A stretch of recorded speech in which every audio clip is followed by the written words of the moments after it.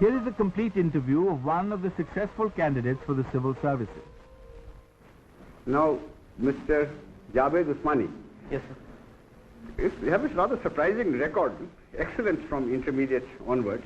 Thank you, sir. And, no, all along, sir. No, sorry.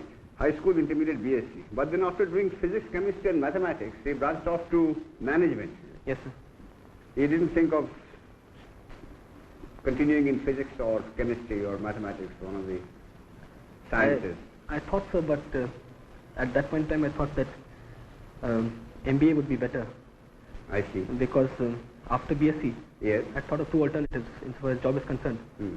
The IAS and the private sector management. And since my age was not enough to make me eligible for the IAS, I had to wait for 3 years anyway at that time. So I thought that I'll go through both the alternatives, that is do my MBA, work in the private sector and then appear at the IAS.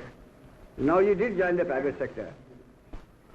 I did think, sir, of doing research in physics for some time, but after that I dropped that idea, and then I had two alternatives in front of me, either appearing for the IAS examination or going in for a management career in the private sector.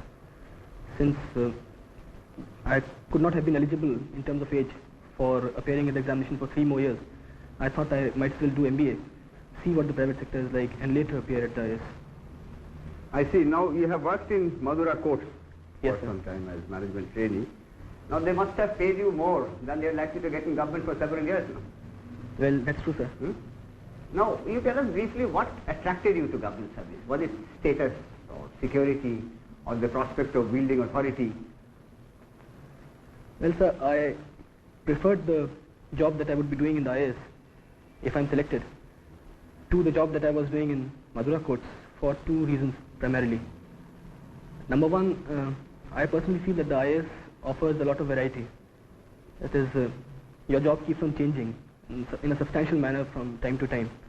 While in the private sector, I was in the marketing division of Madura courts, and I would have been a marketing man all my life, which might have got a little boring towards the end. I see. And the second and more important reason is that I feel that this job would give me more satisfaction in terms of a sense of achievement than a job in the private sector. Although it's an exciting job there also, but this is more challenging and more satisfying, I think. Now, Mr. Usmani, in our country we have a mixed economy. Yes, sir.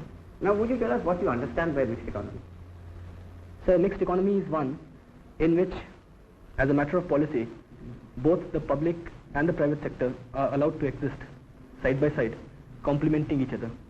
Yes. And what do you understand by Gandhian economics? So this is a term which has been in use of late quite a lot, but not very well understood, I think.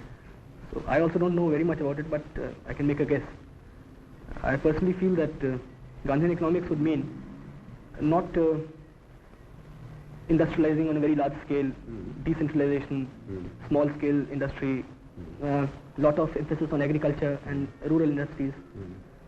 Now there's just one more question I'd like to ask you before I hand you over to a colleague of mine. You are from UP. Yes, sir. Now do you think UP is too large a state to be administered properly, or should be broken up into 2 or 3 states? So I can't say offhand. UP is a very big state, population-wise as well as area-wise. It wouldn't be my idea actually. I've been reading about it, and a lot of people have been saying that UP should be broken up and it will be administratively much better if UP is broken up into smaller areas. But I don't really have any particular thought of mine on this subject, sir. That's all right. When did you do your management training? Sir, I was in the 74, 76 What was the duration? 2 years, sir. I see. And then you were a management trainee, Madura course. How long? I was in Madura course for 10.5 months. I see. Now, with your background, you should be able to tell us the qualities which go to make a successful executive or a successful administrator. A business magazine very humorously describes a successful executive as one who can delegate all the responsibility, shift all the blame, and appropriate all the credit. But I don't think you agree. I don't agree either. But you tell us from a past experience. A successful executive or a successful administrator should possess basically two qualities. Number one, he should be absolutely thorough about the job that he is doing, that is technical expertise. In whatever area he is, he should know more than his subordinates about the job that he's supposed to get done out of them.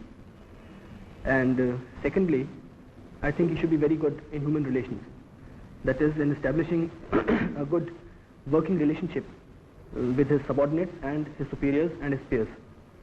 These two qualities, I think, are the essential qualities of a successful executive. What about leadership? Leadership, I think, is a specific quality which comes in that human relations aspect. That is a general, there's a general quality which contains a lot of specific factors like leadership, motivation of subordinates, good relations within the office, no acrimony between peers. So all these things, I think, should be covered by the general factor, general quality of human relations, good human relations. Because a district administrator has got to lead the team. He's got to be a good leader. Yes, sir. Okay, thank you. Mr. Usmani, I find that you have offered 2 papers on European history. Yes, sir, the lower and the higher. I see. I would just like to put a question or two on these areas that you have studied. What would have been the consequences of a decision to open the second front not on Normandy beach but in Southeast Europe, in the Balkan area somewhere there? If during the Second World War, you see. If the second front had been opened in the south of Europe, that is in the Balkans, then the Americans and the British armies would have been able to come across all these countries. Mr. Usmani, I'll take you up from one of the answers you gave to my colleague. Yes, ma'am. You said international law started with the Crimean War and came to be respected after the Crimean War. Can you explain that? Prior to the Crimean War, the character of international law was primarily as a law between Christian nations. It was only after the Crimean War that Turkey was included in the family of nations, and being a non-Christian country, the character of international law became really international after that. What would you say is the position of international law today? Can you please elaborate this question? You see, because the general impression is that international law is not respected by the different nations of the world. The question that you're asking is primarily that whether international law is a law at all, or does it have any validity in the contemporary world? Well, it does not have a validity which is comparable to municipal law in a country, but it certainly has a validity of its own, because there are certain kinds of sanctions which are imposed on a country which does not obey international law. For instance, the first and the most important sanction is that of the United Nations. Mr. Usmani, although your first preference is the administrative service, I'm sure that you take some interest in international affairs. Yes, I do, sir. What kind of reading do you do? Nothing Nothing particular, but I've been reading the Time, for instance. About what particular country you focus your interest in the international field? China, for instance, sir. China. What about the Arab world, for instance? I'm interested in that also. Because in November last, a very historic trip was made by President Sadat to Israel. Yes, sir. What kind of significance do you see in that? Could you evaluate for us how do you see that trip of Sadat? So by making the trip, Sadat, in a way, gave de facto recognition to Israel. Not de jure, but de facto recognized that Israel is a country which exists. Till then, the Arab world has had more or less negated the existence of Israel. They had not been willing to accept that Israel exists. So that is the significance of But it has caused a lot of hostility in the rest of the Arab world. Do you think he'd be able to pull it off, so to speak? A lot of countries like Saudi Arabia Yes, sir. and Jordan, Syria. Syria. So you don't think it's too much of a risk?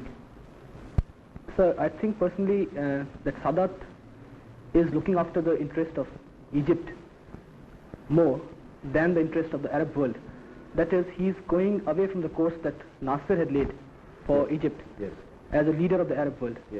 And by making this move, he has sort of taken a decision that Egyptian interest should also be taken into account. Javed, I see here that you studied for some time in Government Inter College Bareilly. Yes, sir. I give you a small situation round about Bareilly. Yes, sir. Now, supposing you are living in a village between river Ramganga and Bareilly, and you have qualified for this interview. Sir. And you have planned to leave early in the morning, 3 a.m., to catch the train from Bareilly to reach here for this interview this morning by 10 o'clock.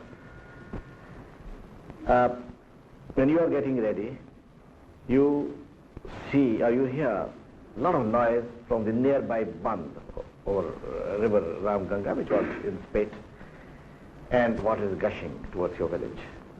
Your quick appreciation is that the village, which consists of kacha houses, population about 1,000, will be washed away. You are the eldest son of the village sarpanch. You have to plan your next plan of action. And I want to see your reaction